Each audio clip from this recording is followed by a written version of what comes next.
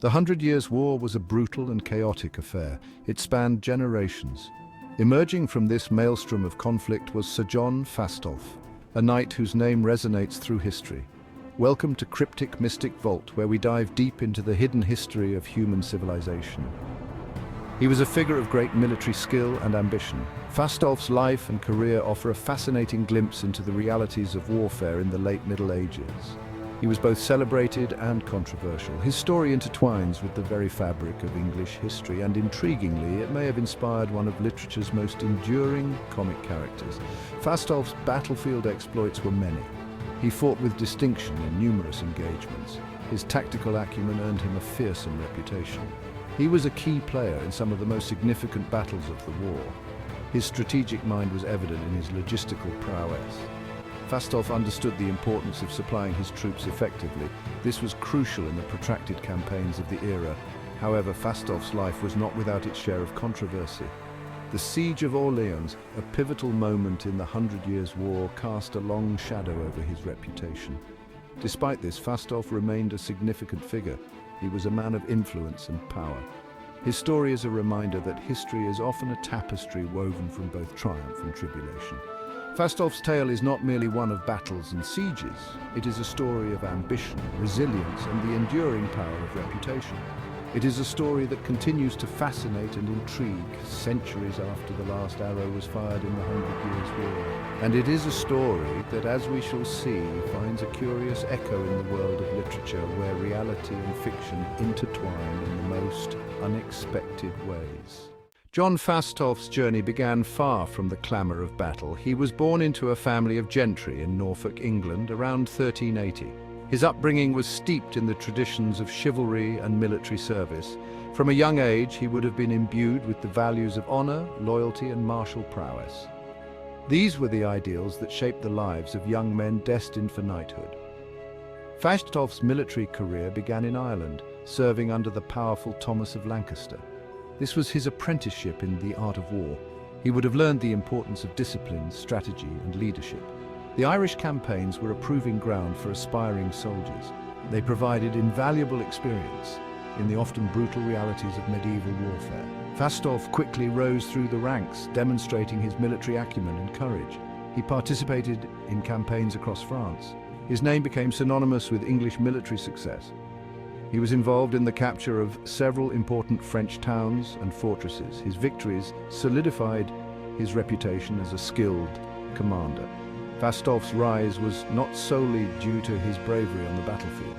He was also a shrewd strategist and a gifted administrator.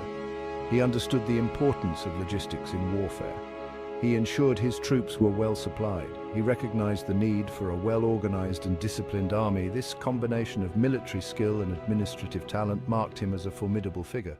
The Siege of Orléans was a turning point in the Hundred Years' War. It was here that Joan of Arc, the young peasant girl turned divinely inspired warrior, emerged as a symbol of French resistance. For the English, Orléans represented a strategic prize, a key to controlling the Loire Valley and ultimately France itself. The siege was long and arduous, testing the resolve of both sides. Fastolf, a seasoned commander by this point, played a crucial role in the English war effort. He was responsible for protecting the English supply lines, a vital task that ensured the besieging army could function effectively. His logistical skills, honed during his years of service, were essential in maintaining the English war machine. However, the tide of the war began to turn. French forces, bolstered by Joan of Arc's charisma and military acumen, launched a series of counterattacks.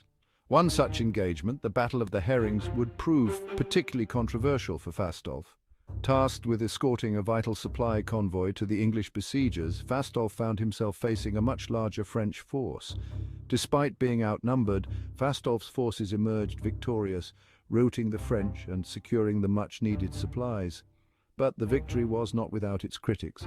Accusations of cowardice were leveled against Fastolf, suggesting he had retreated from the battlefield prematurely, leaving his fellow commanders to fend for themselves. These accusations, though never proven, would tarnish his reputation, casting a shadow over his otherwise illustrious military career. Despite the controversy surrounding the Battle of the Herrings, Fastolf continued to serve in France for several years. He remained a trusted advisor to the English crown. his military expertise still highly valued. However, the accusations of cowardice, though unsubstantiated, lingered.